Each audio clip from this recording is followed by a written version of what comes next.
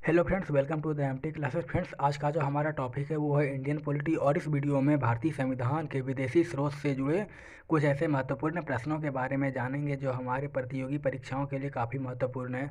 तो चलिए वीडियो को स्टार्ट करते हैं। हमारा पहला प्रश्न है, द्विसदनवाद की प्रक्रिया का उल्लेख किस देश से लिया गया है? यह ब्रिटेन के संविधान से लिया गया है।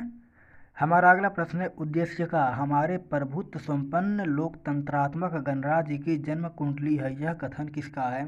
यह कथन के मुंशी का है। मुंबई बनाम यूनियन ऑफ इंडिया केस में उच्चतम न्यायालय ने धारणा प्रस्तुत किया कि उद्देश्य का संविधान का भाग है।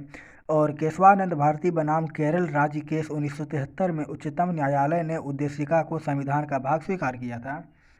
हमारा अगला प्रश्न है, किस वाद में प्रस्तावना को संविधान का भाग नहीं माना गया है? इसका आंसर हो जाएगा ऑप्शन नंबर बी, वाद 1960। हमारा अगला प्रश्न है, प्रस्तावना का विचार किस देश से लिया गया है? यह अमेरिका के संविधान से लिया गया है। हमारा अगला प्रश्न है, प्रस्तावना को न्यायालय में परिवर्तित नहीं किया जा सकता है, यह निर्णय किस केस में घोषित किया गया था? यह निर्णय यूनियन ऑफ इंडिया बनाम मदन गोपाल 1957 के केस में घोषित किया गया था। यदि सरकार या आम नागरिक प्रस्तावना की अवहेलना करता है तो उसकी रक्षा के लिए हम अदालत की सहायता नहीं ले सकते हैं। प्रस्तावना को भारतीय संविधान की आत्मा भीमराव अंबेडकर ने कहा है। इसका उल्लेख भारतीय संविधान के अनुच्छेद 32 में है।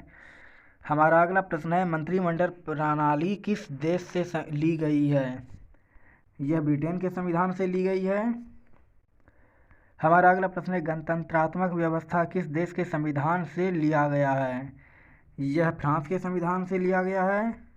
हमारा अगला प्रश्न है, संविधान संशोधन की प्रक्रिया का उल्लेख किस देश से लिया गया है? यह दक्षिण अफ्रीका के संविधान से लिया गया है। संविधान संशोधन की प्रक्रिया का उल्लेख भारतीय संविधान के अनुच्छेद 368 में है। हमारा अगला प्रश्न है, व्यापार वाणिज्य एवं समागम की व्यवस्था किस देश से ली गई है? यह ऑस्ट्रेलिया के संविधान से ली गई है। हमारा अगला प्रश्न है, मौलिक कर्तव्य का प्रावधान किस देश से लिया गया है? यह रूस से लिया गया है। मौलिक कर्तव्य का उल्लेख अनुच्छेद 51 को में है। हमारा अगला प्रश्न है, राज्यसभा के सदस्यों का निर्वाचन पद्धति किस देश के संविधान से लिया गया है? यह दक्षिण अफ्रीका के संविधान से लिया गया है। हमारा अगला प्रश्न है, वित्तीय आपात का प्रावधान किस देश से लिया गया है? यह अमेरिका के संविधान से लिया गया है। वित्तीय आपात का उल्लेख भारतीय संविधान के अनुच्छेद 360 में है। वित्तीय आपात भारत में अब तक एक भी बार लागू नहीं किया गया है। हमारा अगला प्रश्न है, विधायी प्रक्रिया का प्रावधान किस देश के संविधान से लिया गया है? यह ब्रिटेन के संविधान से लिया गया है। हमारा अगला प्रश्न है, राज्यपाल की नियुक्ति की प्रक्रिया किस देश से लिया गया है? यह कनाडा के संविधान से लिया गया है। हमारा अगला प्रश्न है, समवर्ती सूची का प्रावधान किस देश से लिया गया है? यह ऑस्ट्रेलिया के संविधान से लिया गया है। हमारा अगला प्रश्न है, विधि द्वारा स्थापित प्रक्रिया का प्रावधान किस देश से लिया गया है? यह जापान से लिया गया है। हमारा अगला प्रश्न है, भारतीय नागरिकता अधिनियम कब पारित हुआ था? यह 1955 ईस्वी में पारित हुआ था। यह संसद के द्वारा पारित किया जाता है। हमारा अगला प्रश्न है, विधानसभा का कार्यकाल कितने वर्षों का होता है? इसका कार्यकाल 5 वर्ष का होता है। हमारा अगला प्रश्न है, निर्वाचन आयोग के प्रावधान का उल्लेख किस अनुच्छेद में है? इसका उल्लेख अनुच्छेद 324 में है।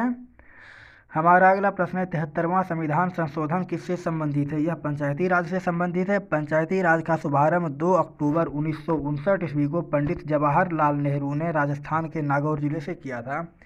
आज के लिए बस इतना ही। मिलते हैं अगले वीडियो में, तब तक के लिए जय हिंद।